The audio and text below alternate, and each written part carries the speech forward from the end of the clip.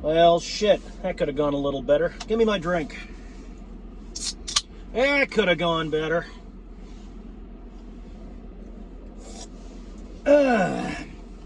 Alright, so... Folks, our 12-game winning streak has unfortunately been snapped. Commies 36, Birds 33. We played in Washington. It was Washington Commanders 36, Philadelphia Eagles 33. And folks, I'm disappointed, but the reason I'm not going nuts here is because I'm not mad. Okay, fuck, we lost, so I'm disappointed, but I'm not mad because folks, this is only our third loss of the fucking season. All right? This is our third loss of the goddamn season. And folks, this, I think, is a wake-up call to the Philadelphia Eagles organization. This is a wake-up call to the Philadelphia Eagles organization. Let me explain. So, in the first quarter, Jalen Hurts, he got a nasty bump on the head,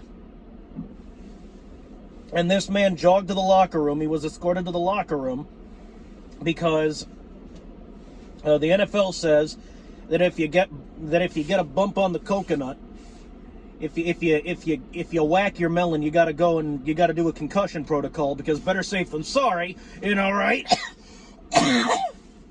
It's a fucking safety thing, right? So he goes into the concussion protocol, and folks, unfortunately he failed the concussion protocol. He's got a concussion, so they ruled him out for the game. Now, folks, this doesn't happen very often. And I don't have to do this very often. This is the first time that I recall having to do this because Jalen Hurts is a very, he's stayed healthy throughout his tenure as an Eagle. But folks, I wish Jalen Hurts a speedy fucking recovery, and that's probably what's going to happen because for those of you that don't know, concussions, now I'm not a doctor or a medical professional by any means, all right? By any stretch of the fucking imagination. But folks, when you get a concussion, you tend to be, if you're a football player and you get a concussion, you're probably going to be out for, the rest of, you're definitely going to be out for the rest of the game, whatever game you're in. And depending on the severity of your concussion, you may or may not be out for the next game. So what's probably going to happen, folks, is based on, what I've researched, what I've read, and what I've experienced, this man is probably week to week. So, I'm worried, but I'm not overly end of the world, oh my God, worried. All right? Of course I'm worried. He's our star QB, and that brings me to my next fucking talking point here, my next subject matter here, and that is, folks, remember years back when I talked about, something called the concept of the star? Now, for those of you that don't know, it is way down in the damn channel, so I'm gonna reiterate my point. I'm gonna go ahead and reiterate the talk.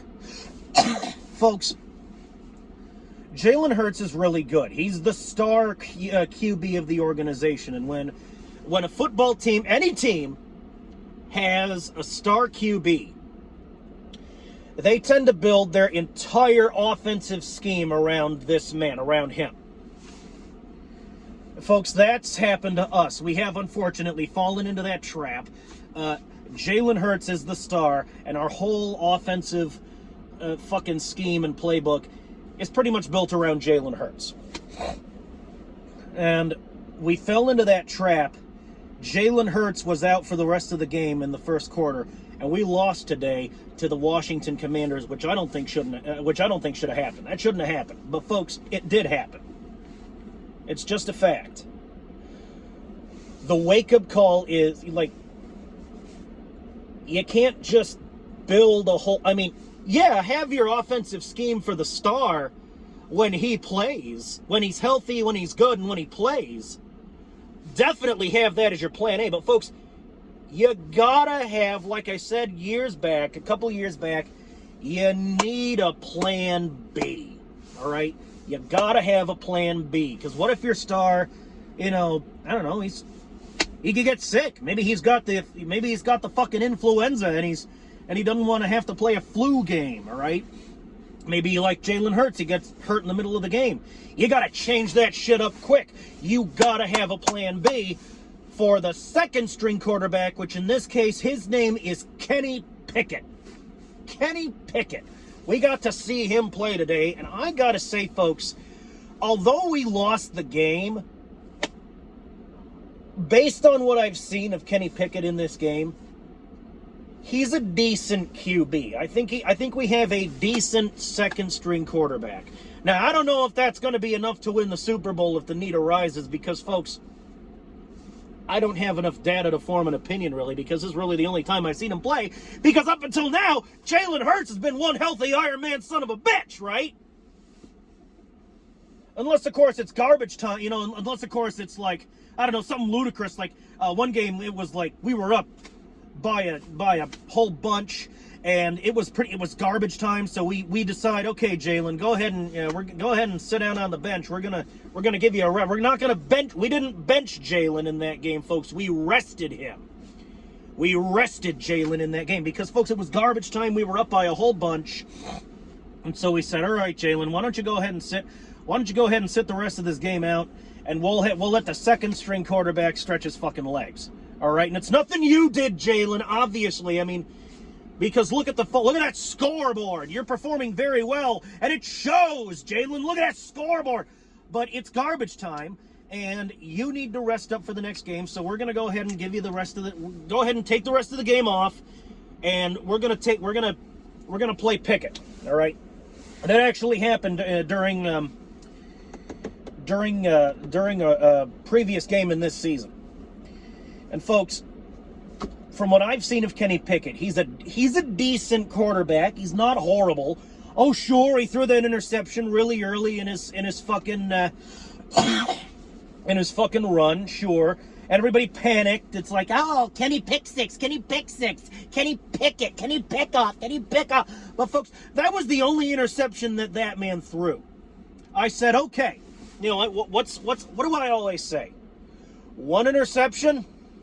All right, that's a mistake. I don't care who you are, Jalen, Kenny. Hey, Kenny, that's a mistake, Kenny. That's a mistake, Pickett. Just dust that one off, Pickett. Dust that one off, Kenny. Learn from it. Do better. And he learned from it, and he did better. He made better calls. I saw this man. He's a decent quarterback. All right? But, oh no, he's not Jalen Hurts. We don't want to give this guy a chance because he's not Jalen Hurts. Folks, I'm going to give you a little history lesson for these people that say, Pickett doesn't deserve a chance because he's not Jalen. Folks. You realize the only reason we played Kenny Pickett today was because Jalen, he's over here with a fucking concussion. He literally cannot play. The doctors, the medical team has forbidden him to play for the rest of this game. So we gotta send Pickett out there, man. That's not Jalen's fault. That's not Sirianni's fault. That is nobody's fault but the guy who whacked Jalen on the fucking melon. Now, I mean, in retrospect, maybe Jalen could have watched himself a little better. Okay, fine. But, folks, let me give you a little goddamn history lesson, all right? Super Bowl 52, when we got our first Super Bowl win. And our fifth championship. Our fifth championship! You want to live in the past? Fine! We have 5 rings! Look it up! Look up Eagles championship wins. Look up Eagles pre-Super Bowl wins. Pre-Super Bowl doesn't count. Pre-Super Bowl doesn't count. Fuck you! You're only saying that because your team wasn't a thing until the Super Bowl era. You'll notice during the Super Bowl era, a lot of teams formed. A lot of teams sprung out of the goddamn woodwork. The only reason you're saying that is because your team was formed during the Super Bowl era. You don't have the history and the lineage of teams like the goddamn Philadelphia Eagles. Fuck you. Look it up. Anyway, Super Bowl 52, we got our first Super Bowl win and our fifth title. Technically, it's our fifth championship, but it is our first Super Bowl win, all right? First Super Bowl ring. Now, during that year, our main guy, our first-string QB was Carson Wentz. Y'all remember Carson Wentz? Y'all remember Carson fucking Wentz? All right? Now, admittedly, that man was a bit of a glass cannon. I mean, he was a great quarterback, but he was, I mean, I apologize to all the Wentz apologists. I liked Wentz. He was my guy, but he was very injury-prone. He got hurt a lot. And look, hey, look what I found. Hey, I found, it's that old can cozy. That old Philadelphia Eagles can cozy. Look what I found. Give me my drink. Look. All I'm saying is, look. Our main guy was Carson Wentz, and he was very injury prone. So during the playoffs, and all through the playoffs and during the Super Bowl, we had to rely on our backup quarterback, and his name was Nick Foles. This man got us all through the playoffs. This man got us a ring. And he wasn't even the first string guy. He was the backup quarterback. So all of you that say the backup QB is always trash and he's going to be nothing but trash, why don't you look at Nick Foles and what he did for the Philadelphia Eagles? How he won us our first Super Bowl ring. All right? So all of you idiots that say, oh, without Jalen, we're fucked, we're toast, we can't win without Jalen, and oh this and oh that, folks. I'm going to go out on a limb here. I'm going to stick my goddamn neck out. I'm a Jalen Hurts man through and through, but I'm going to stick my neck out. If Jalen Hurts gets injured, I think we can win with Kenny Pickett. Oh! I think we're able to win without Jalen Hurts. If we were able to have a plan B for if Carson Wentz was somehow out of the picture, then surely we can form a plan B for, just in case Jalen Hurts gets injured again. Now, again, I wish Jalen Hurts a speedy recovery. I frankly think he's week to week. I think we're going to see him back in business next week against the fucking scum. All right, we got the scum next week. So Cowboys Hate Week is in full effect. I wish it could start on a bit of a higher note, but what can you do? Cowboys Hate Week in full effect. Expect some content. And I know it's the game before Christmas. I wanted to have myself a merry little Christmas, and I still am. But it would be a lot merrier if the Eagles won. But on the other hand, it doesn't feel like I'm getting a lump of coal this year. You know what I'm saying? Because, folks, this is pretty much a meaningless loss. Now, I know what you're saying. Oh, it's the Commanders. It's a division rival and all this and all that. Folks, we're still first in the fucking division. Okay, fuck. We lost to the Washington Commanders. We split the season with the fucking commies. But you know what? We are still first. We are still at first place in the NFC East. We're still first in the goddamn NFC East. So this pretty much, this was a meaningless loss, folks. I'm going to be completely honest. I think this was a meaningless loss, and that's why I'm not mad. Why am I raising my voice and going nuts now? Because, folks, I'm trying to make a point. I'm not mad at the Eagles, all right? Am I disappointed that they lost? Yes. But I think the Philadelphia Eagles played good.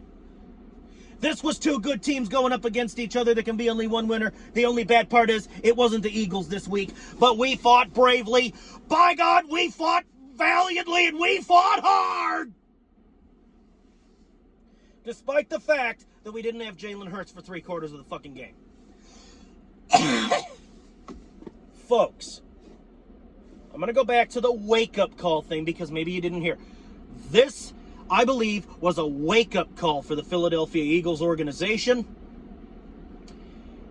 And this should communicate to the Eagles organization, and it should show you that we need a plan B. We got to have a better plan B, in the fucking, in our fucking back pocket for just in case this happens again and Jalen Hurts, gets hurt again, and, Jalen Hurts gets injured again and somehow can't play. Folks,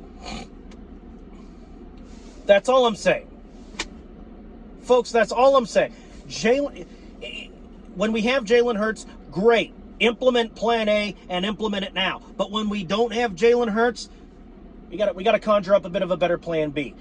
We need to go into the damn locker room, go into the damn office, review the tape, and we need to, Sirianni, I think, needs to sit down with his staff and his players and say, all right, fuck, we lost. But it's not final, and this was pretty much a meaningless loss, but we do have to have a plan B up our sleeve. So here's what we're going to do. I'm going to go ahead and take suggestions. I'm going to go ahead and, of course, I'm going to go ahead and speak my piece, but everybody else speak there. Because, folks, it's not that we don't have a plan B at all. Kenny Pickett played well. Saquon Barkley balled his ass off today. I think our plan B obviously needs to improve because you didn't win. You lost the game. So obviously something's got to be done, right? For instance, not only do we need a plan B for our offensive scheme when Jalen Hurts is, somehow for some reason unavailable, but we also need to shore up the defense a little bit. I think the defense could stand to work on their pass defense. We could stand to shore up the secondary a hair or two, take it up a couple, take the pass defense up a couple of notches. We got all week to practice, and of course, we got the scum next week, and then the last game of the regular season, we got the midgets, and we're in the playoffs. So, practice all throughout the rest of the regular season, birds. Practice on the scum.